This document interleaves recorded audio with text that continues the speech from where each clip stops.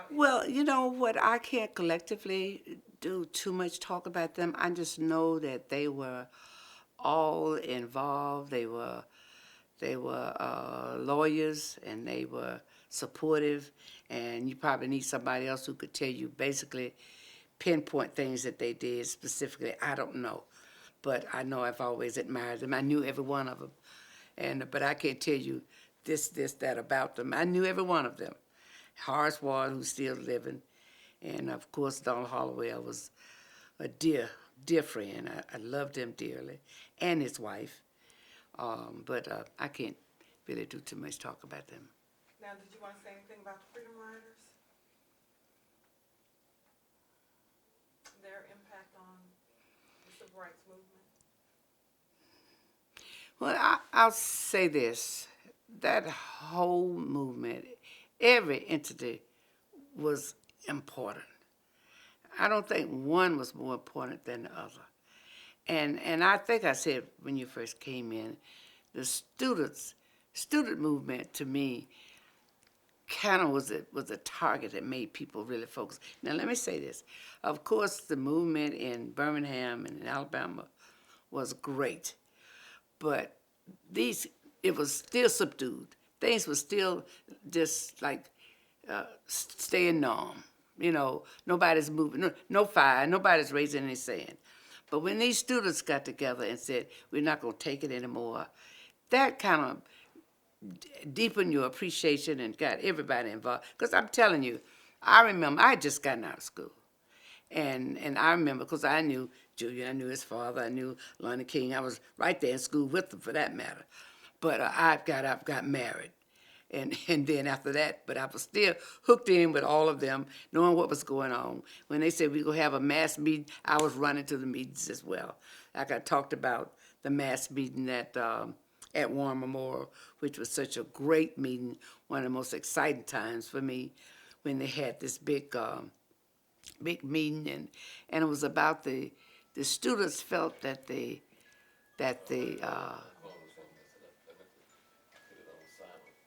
And that's good. That's where I was going next, so we can go ahead and talk Oh. About that meeting. Take you Dr. on in there. King's Oh, yeah. presence and Yeah, that was, oh boy. did you want to talk about Grady too? The integration of Grady? Y'all really got me talking that. Y'all got me saying about everything. It's up. I can just tell a little bit about Grady, but Grady was, I mean, I could just tell, that just rams up the whole story of racism and what was going on right here in Atlanta when you talk about Grady Hospital. I'd get to that, though. Okay. What was I fixing to tell you? Warren Memorial. Oh, I had just got married then. You ready? Oh, okay. Oh, you want me to talk about Warren Memorial and the incident at Warren Memorial? That was a big, great mass meeting where the students and the senior leadership were partying. The students felt that the senior leadership sold them down the drain. And I can't remember, all I remember was Bugsy Smith. I think Bugsy Smith was running and some other person was running. And the students felt that, I think, to be honest with you, maybe I shouldn't say this, but I'm going to say it. I think a lot of the senior movement people like Jesse Hill and Sam Williams and William Home Borders, Daddy King, they had a deep appreciation for the children, young people, but they still want to take charge. And they wanted to tell these kids what to do. Well, these kids have said, you all weren't doing anything like what we're doing. So you can't come in and dictate to us. We got our own thing going, and that's the way it was. And that now you all are going along with those white people, and we're not going to have it. So that they were really, and the students had so much control because not only did students follow students, but they had a lot of seniors following the students because they had gained so much respect for them. So if they put in the newspaper or let people know we're not supporting this candidate, people had a tendency to follow who the students were with. So Dr. King's father, Daddy King, and a lot of them got very, very upset because I'm sure they made some commitments to the other candidates, and so it was a mess. So they asked, the students had this big mass meeting at War Memorial Church. And when we got in the church, you could hardly move.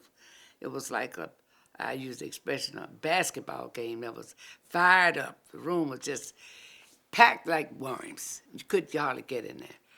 And every time William Homeborders, Daddy King, or Sam Williams, or Dr. Bates, anyone got ready to say anything, they were booed off the stage. I mean, booed like you've never heard. Now, I use basketball game because it just keeps in my thoughts.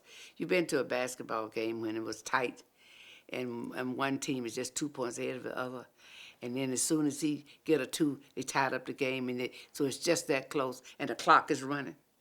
That's the way this was. The noise was just incredible. So much noise, and was so much excitement. And yet kids were angry, and they were mad. And every time William Homeboys would stand up, he just wanted to talk, they boo him off. Daddy King come up, they boo him off. Dr. Mays, they booed him off. Everybody who came to the podium, they would just boo him. And so finally, they said, we're not getting anywhere. Daddy King finally got their attention. And if I remember this correctly, because you're telling me something a little different from what Lonnie said, but what I remember was he told them that Dr. King was in Chicago and that he had caught a plane, he was on his way home.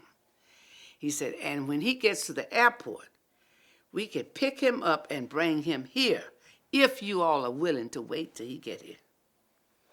So that's the only thing he was able to say, because when he started talking, everybody got quiet and listened to what he had to say. So everybody said, okay, we'll wait. So we were going to wait on Dr. King to come from Chicago. So that was a good 2-hour wait or more. So much was going on, the noise, the fights, the arguing, and the leadership was still trying to talk to us.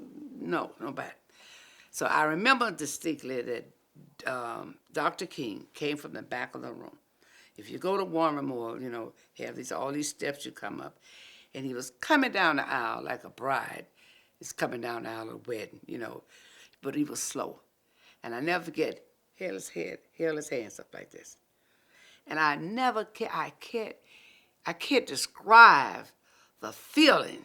Now, I knew Dr. King wasn't Jesus, okay? But I'm telling you, the feeling of that, the atmosphere in that room was unbelievable.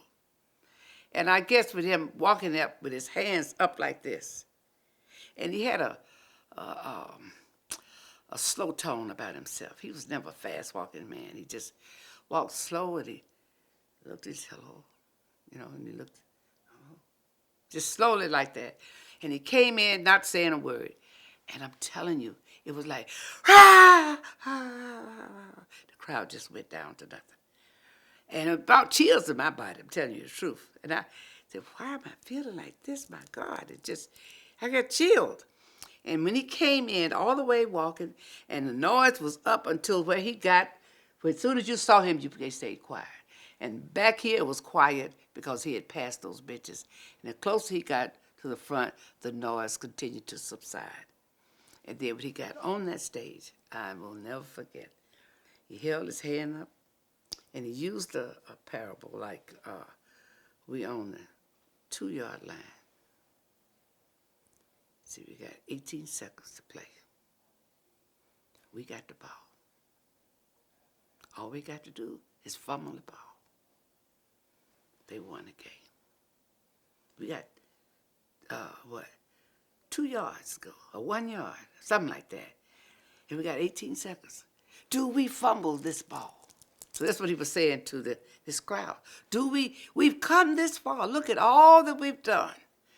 And we're going to come this far. We're going to let them win. They win when we don't work together. That's a fact.